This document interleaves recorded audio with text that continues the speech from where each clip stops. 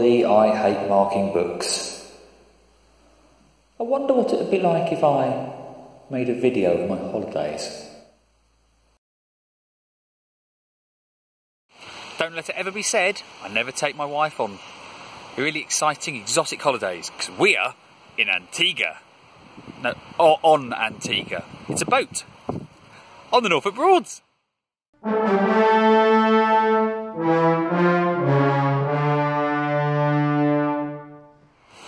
You join us here in Beccles, a couple of days into our holiday, and it's only a short break. It's been delayed, as with lots of COVID, related things.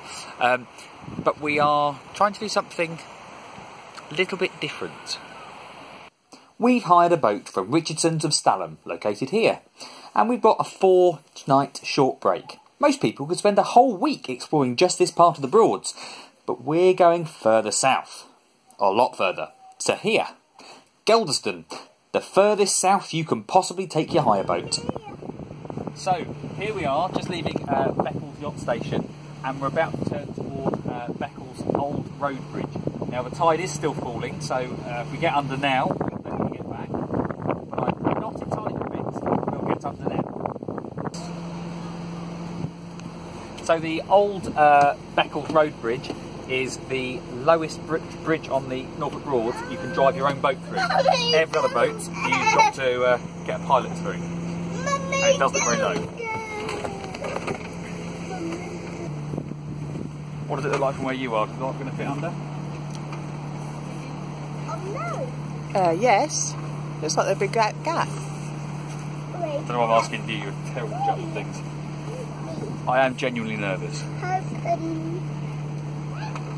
It looks like we should just fit through. Like I said. But it's that curve. It's that curve. We've got to get it right in the middle of the bridge. Any way, either slight, one way or the other, game over. I think the back is slightly higher as well. That's right.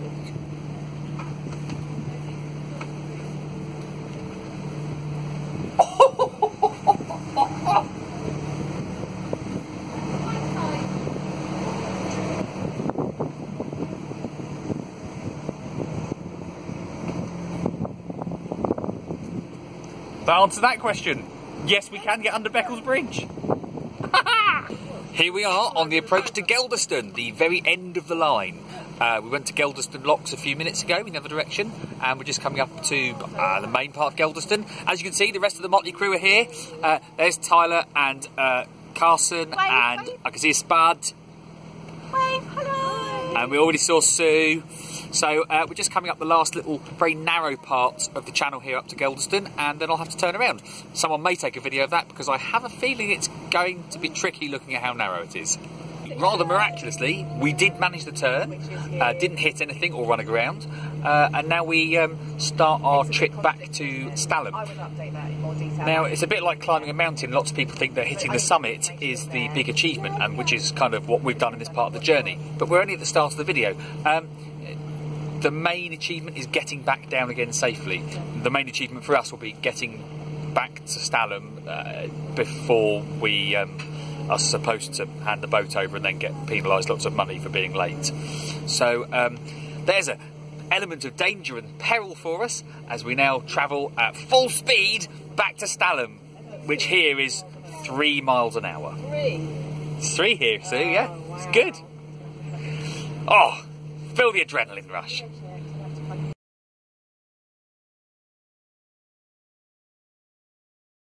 It's the second time through the really low Beccles Bridge. We've got about 3/4 of a foot more air room at this time. The tide's a bit lower, and I'm not driving the boat.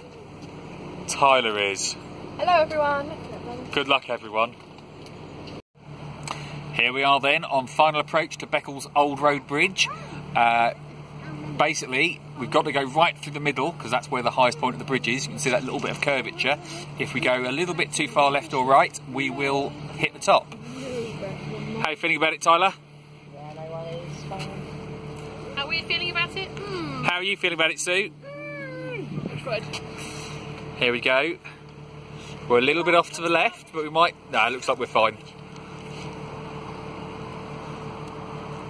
I can't believe how much more room we've got an hour later. Carson, do you want to touch the bridge? Should we touch it? Ready? Ready? Steady. There we go. And, quick! Touch it! Oh, Carson touching the bridge! And that's how much room we had. Oh, no problems. Well done, Tyler. Well, we just made it through Beccles, and that's why we had to have the roof down. And now it started to rain, so the roof came up very, very quickly. Well, that's probably it now. All the good weather's gone. It will rain until we get home. Hopefully, we'll be a bit more watertight than the first time. Oh, look, it's Sue!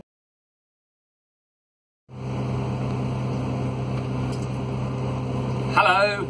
It's Thursday, and we survived the night at Waveney River Centre. Best showers on the Broads, and today's really the day where the challenge part of our holiday is made or broken, because we've got to get within spitting distance of Richardson's with Stalham to hand the boat back. So we've set off. An hour later this morning we chose to have a lie-in because the weather is supposed to be fairly liquidy sunshine.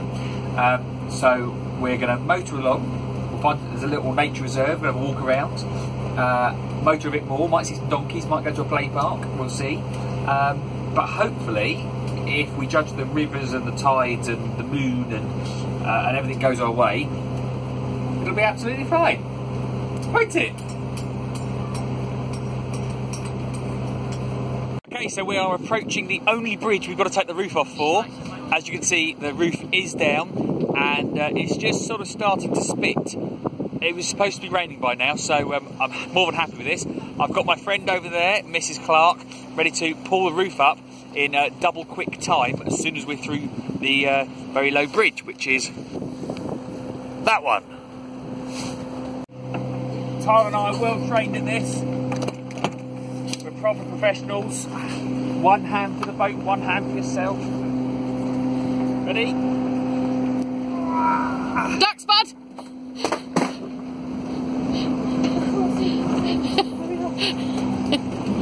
And the roof is on. Oh. That's pretty quick. And the back window. All in half a minute.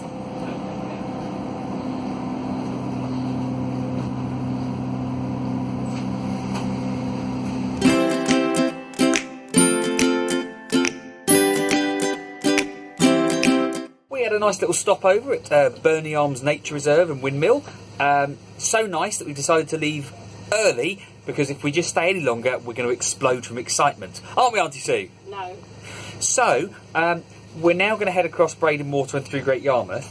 But really, you should do this at low tide, or preferably something called slack water, when the water's not really moving. We are instead about to do this 3 hours maybe before that. So, when we getting to Great Yarmouth, lovely.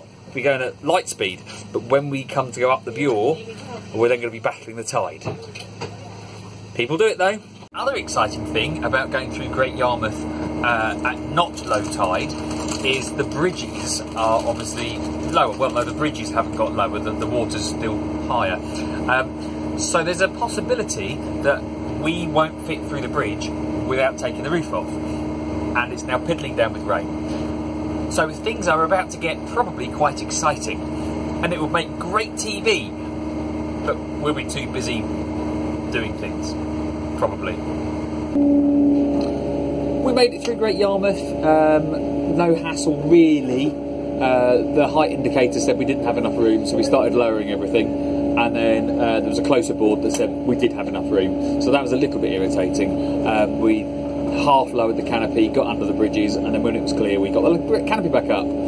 So yeah, big moment of tension for nothing. Now we're heading up the River Bure, hoping to head past Acle, but the tide is very much against us. We're just achieving about 4 miles an hour or so, and it's a 6 mile an hour speed limit. So yeah, time is definitely against us. So last night was a little bit eventful. We couldn't get moored up where we wanted to, so we've ended up here at St Benet's Abbey, which, to be fair, has been absolutely lovely. There's nothing here whatsoever other than a place to moor your boat, so it's very, very quiet, but it has been really windy. But we are within striking distance of Stalham as long as we get underway in the next 5 minutes. And before we get underway, we've got to put the roof down because once again there's a low bridge to go under, and we're probably about 2 hours from Stalham, something like that, maybe a little less. So unless something goes disastrously wrong, we have achieved it.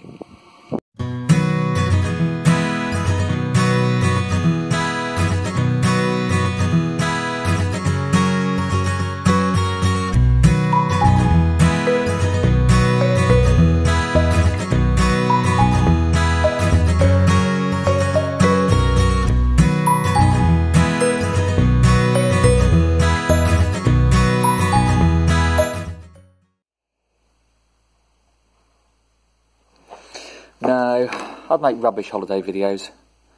Wouldn't even have a good ending.